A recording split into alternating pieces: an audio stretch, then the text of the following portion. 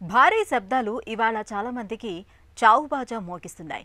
పెళ్లి వేడుకలు, పర్వదినాల సందర్భంగా అధిక శబ్దాలతో మోత మోగించే డీజేలు, బరాత్లు యువ గుండెలకు, వృద్ధులకు, దీర్ఘకాలిక జబ్బులతో బాధపడేవారికి మరణ మృదంగాలుగా మారుతున్నాయి. చెవులు చిల్లులు పడేంత స్థాయిలో మితిమీరిన శబ్దాల మూలంగా వినికిడి లోపాలతో పాటు గుండెదడ, గుండెపోటు, పక్షవాతం ముప్పు కూడా పెరుగుతున్నట్లు డాక్టర్లు హెచ్చరిస్తున్నారు. ఈ నేపథ్యంలో ధ్వని కాలుష్యం బారి నుంచి మన ఆరోగ్యాన్ని కాపాడుకునేందుకు ఏం చేయాలో, ఎలాంటి జాగ్రత్తలు తీసుకోవాలో ఇప్పుడు తెలుసుకుందాం.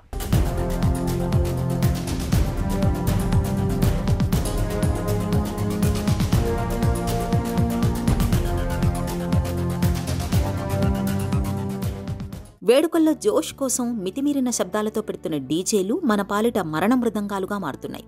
అప్పటి వరకు సంతోషంతో నృత్యం చేస్తున్న వారు ఉన్నట్టుండి కుప్పకూలి అక్కడికక్కడే ప్రాణాలు కోల్పోతున్నారు. ఫలితంగా వేడుకలు కాస్త విషాద వేదికలుగా మారుతున్నాయి. శబ్దాల హోరుకు వయసు మళ్లిన వృద్ధులే కాదు, యువత కూడా బలవుతున్నారు. పెళ్లిలో హుషారుగా నృత్యం చేస్తూనే మరణిస్తున్నారు. కొందరు డీజేల వద్దనే కుప్పకూలి చనిపోతుంటే మరికొందరు ఇళ్లకు వెళ్లాక ఆరోగ్య సమస్యలతో ఇబ్బంది పడుతున్నారు. రోడ్లపై నిర్వహించే భారీ ఊరేగింపుల్లో డీజేల వల్ల కుటుంబ సభ్యులు, బంధువులే కాకుండా ఇరుగు పొరుగు వారు ఉక్కిరి బిక్కిరై ఆసుపత్రుల పాలవుతున్నారని చెబుతున్నారు డాక్టర్లు. ఇప్పుడు డీజే అని ఏం జరుగుతుంది? డీజేలో వచ్చేటువంటి ఆ మిక్సింగ్ సౌండ్ ఎంత లౌడ్గా ఉంటుందంటే 100 నుంచి 135 డెసిబిల్స్ అట. అసలు మనకున్న లిమిట్ ఎంత? 55-60 వరకు అయితే 135 డెసిబిల్స్ అయితే ఏం జరుగుతుందో గ్రహించండి. అసలు అంతా ఛిద్రం అయిపోతూ ఉంటుంది అన్నమాట. ఇదే జరిగింది ఆ మధ్యకాలంలో. ఒక ఛత్తీస్గఢ్లో ఒక వ్యక్తికి 40 సంవత్సరాలకు బీపీ అంటూ ఏమి లేని వ్యక్తికి మెదడులో రక్తస్రావం జరిగింది, బ్రెయిన్ హెమరేజ్ అని.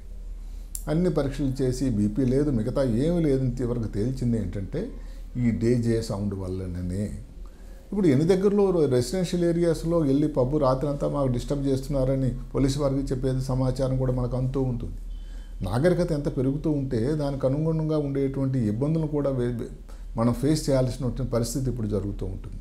ఈ నాయిస్ వల్ల వచ్చేటువంటి ఇబ్బందులు గమనించే ముఖ్యమైన ఇబ్బందులు ఏమిటి మీరు అడిగితే బ్లడ్ ప్రెషర్ అండి. అన్నిటికంటే ముఖ్యమైనది బ్లడ్ ప్రెషర్. రెండోది చెవులో వినికిడి తగ్గిపోవడం. అసలు హీరింగ్ డెఫిసిట్ వచ్చేస్తుంది కంప్లీట్గా. ఈ డీజేలు, మ్యూజిక్లు వినే వాళ్ళకి తర్వాత పరీక్షలు చేసినట్టయితే చాలా ఇబ్బంది. ఇరిటబిలిటీ, చికాకు.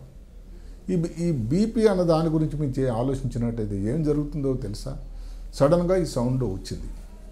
అది ఒక పెద్ద అసంకల్పిత ప్రతీకార చర్య అంటాం. అదంటే రిఫ్లెక్స్ అన్నమాట. అది జరిగిపోతూ ఉంటుంది. మెదడులో ఒక ఉంటుంది నాడీ మండలం, ఏదైతే సింపథెటిక్ నర్వస్ సిస్టమ్ అని ఉంటుందండి. అంటే ఏమిటి? సానుభూతి నాడీ వ్యవస్థ అని. అంటే అలా సౌండ్ వచ్చింది, దానికి రియాక్ట్ అవ్వాలి కదండి. దానికి ఒక మాట ఉంటుంది, ఫైట్ ఆర్ ఫ్లైట్. దాన్ని ఎదుర్కోవడమా లేకపోతే దానికి వెన్ను చూపేసి వెళ్ళిపోవడం యుద్ధరంగం నుంచి అని. ఆ రెస్పాన్స్ వచ్చేదే ఈ సింపథెటిక్ నర్వస్ సిస్టమ్. ఆ సింపథెటిక్ నర్వస్ సిస్టమ్కి ఈ సౌండ్ రాగానే దానికి రియాక్షన్ ఏముంటుంది? మెదడు లోపల సృష్టికర్త అమర్చినటువంటి పిట్యూటరీ హైపోఫిసిస్ యాక్సిస్ అని అంటాం. అది స్టిమ్యులేట్ అవుతుంది. అది అక్కడితో ఊరుకుంటుందా? లేదు. ఎండోక్రైన్ సిస్టమ్ అని ఉంటుంది. అంటే దాని బాబు ఇది అంతా పరిస్థితి బాగాలేదు అని ఒక సమాచారం ఎండోక్రైన్ సిస్టమ్కి వెళ్తుంది. అక్కడితో ఇబ్బంది మొదలవుతుంది. దానిని రెస్పాన్స్ని ఏమంటే స్ట్రెస్ ఆర్ రెస్పాన్స్ అంటారు. అంటే ఏమిటి? సౌండ్ వచ్చేసింది, ఇంకా సడన్గా జరిగేది ఏంటంటే ఫస్ట్ బ్లడ్ ప్రెషర్ రైజ్ అయిపోతుంది, బీపీ చాలా ఎక్కువైపోవడం.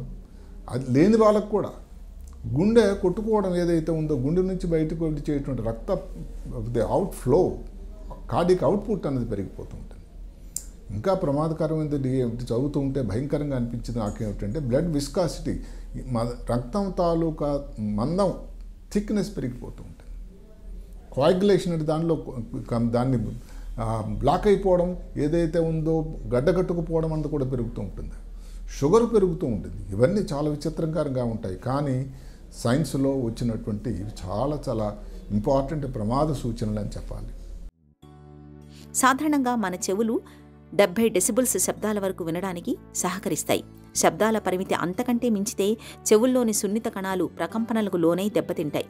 ఇది శాశ్వత వినికిడి లోపానికి దారితీయొచ్చు. డీజే శబ్దం 200 డెసిబుల్స్ పైనే ఉంటుంది. ఈ శబ్దాలు అత్యంత ప్రభావం చూపుతాయి. 80 డెసిబుల్స్ దాటితే గుండె కొట్టుకోవడంలో మార్పులు సంభవిస్తాయి. బాధితుల్లో అలజడి, గుండెదడ, తలనొప్పి మొదలవుతాయి.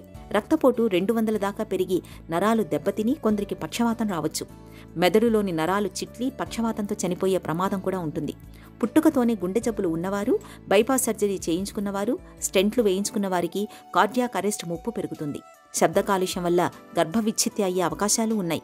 కొన్నిసార్లు నెలలు నిండక ముందే కాన్పు అవ్వచ్చు. తల్లి అధిక శబ్దాలు వినడం వల్ల పిల్లలు బరువు తక్కువగా పుడతారని, వారికి ఎదుగుదల వంటి సమస్యలు వస్తాయని పరిశోధనలు చెబుతున్నాయి. బ్రెయిన్ సృష్టికర్త తయారు చేసినప్పుడే అది ఒక మధ్యవర్తిలాగా అనుకోండి. సౌండ్ వచ్చినప్పుడు మెదడు ఏం చేస్తుంది, దాన్ని సెట్ చేయడానికి ట్యూనింగ్ అవ్వాలి. ఆ ట్యూనింగ్ అయినప్పుడు ఏం చేయాల్సి ఉంటుంది, మెదడు ఎక్కువ పని చేయాల్సి వస్తుందట. మెదడు పని చేయాల్సి వచ్చి కొంత స్టేప్ తర్వాత ఇలాగ ప్రతి సౌండ్కి అలాగా కంటిన్యూస్గా దానికి రియాక్ట్ అవ్వాల్సి వచ్చినట్టయితే నిస్సారం అయిపోతుంది. మెదడు తాలూకా పనితనం తక్కువైపోతుంది. ఇవి ఎందుకంటే అప్పటికే తన ఎనర్జీని అంతా స్పెండ్ చేసేసింది కదండి, ఏదైతే సౌండ్ను ట్యూన్ అవుట్ చేయడానికి. దానివలన వచ్చేది ఏమిటంటే కాగ్నిటివ్, ఏదో నెమ్మదిగా జ్ఞాపక శక్తి ఇవన్నీ కూడా తగ్గిపోవడానికి, తర్వాత కాగ్నిటివ్ అంటే ఏమిటి, ఏదైనా ఒక డెసిషన్ తీసుకోవడం కానీ, లెక్కలు కానీ, క్యాలిక్యులేషన్ కానీ, జ్ఞాపక శక్తి, గ్రాహక శక్తి, గుర్తుపెట్టుకోవడం కానీ ఇవన్నీ తగ్గిపోవడం. సైకాట్రిక్ ప్రాబ్లమ్స్ ఆలోచించినట్టు మీరు నమ్మరు, అసలు యాంగ్జైటీ, డిప్రెషను, కొంతవరకు సూసైడ్ పర్సంటేజ్ కూడా పెరిగిపోతూ ఉంటుందట ఈ నాయిస్ వీటి వల్ల, ప్రాబ్లం వల్ల. అదే కాకుండా ఇందాక చెప్పినటువంటి న్యూరో ఇన్ఫ్లమేషన్ అంటే ఏమిటి, మెదడు లోపల ఒక రకమైనటువంటి వాపు వస్తూ ఉంటుంది. అంటే సౌండ్ వల్ల ఇన్ని ఇబ్బందులు ఉన్నాయి. మరి పరిమితి దాటిన సౌండ్ వల్ల మంచిది కాదు. అందరం కూడా ఏదైనా పండుగలు కానీ, లేకపోతే వివాహాలు జరిగిన దగ్గర కానీ, సంతోష సమయాల్లో సెలబ్రేషన్ చేయడం చాలా చాలా అవసరం. ఏది కూడా అతి సర్వతర హేతు కాబట్టి పరిమితి దాటి ఏది చేయకూడదు. దానివల్ల ప్రమాదం సుమాను మనం గ్రహించాలి. దీనికి పోలీసు వారి చర్య తీసుకునే అవసరం లేదు. అందరం కూడా మనం దానికి ముందుకొచ్చి వారికి సహకరించాలి. భారీ శబ్దాలతో గుండెకు, మెదడుకు పెనుముప్పు పొంచి ఉన్న నేపథ్యంలో పెద్ద పెద్ద చప్పుళ్లకు దూరంగా మసులుకోవడం అన్ని విధాల మేలు. ఇప్పటికే గుండె జబ్బులతో బాధపడేవారికి ఈ జాగ్రత్త మరీ అవసరం. ఇక వయసు పైబడిన వాళ్ళు, చిన్నపిల్లలు, గర్భిణీలు డీజే సౌండ్స్కి ఎంత దూరంగా ఉంటే అంత మంచిది. డీజే సౌండ్స్, బరాతులతో పెద్ద పెద్ద చప్పుళ్ల వల్ల అలజడికి లోనవుతున్నప్పుడు చెవుల్లో దూది పెట్టుకోవాలి. శబ్దాల నుంచి దూరంగా వెళ్లడం, ఇంటి తలుపులు మూయడం ఉత్తమం. బాధితులను ఎలాంటి శబ్దాలు లేని ప్రశాంతంగా ఉన్న గదిలోకి తీసుకెళ్లాలి. గాలి ఆడేలా కూర్చోబెట్టి తాగడానికి నీరందించాలి. దీనివల్ల బాధితులు కొద్దిసేపటికే ఉపశమనం పొందుతారు.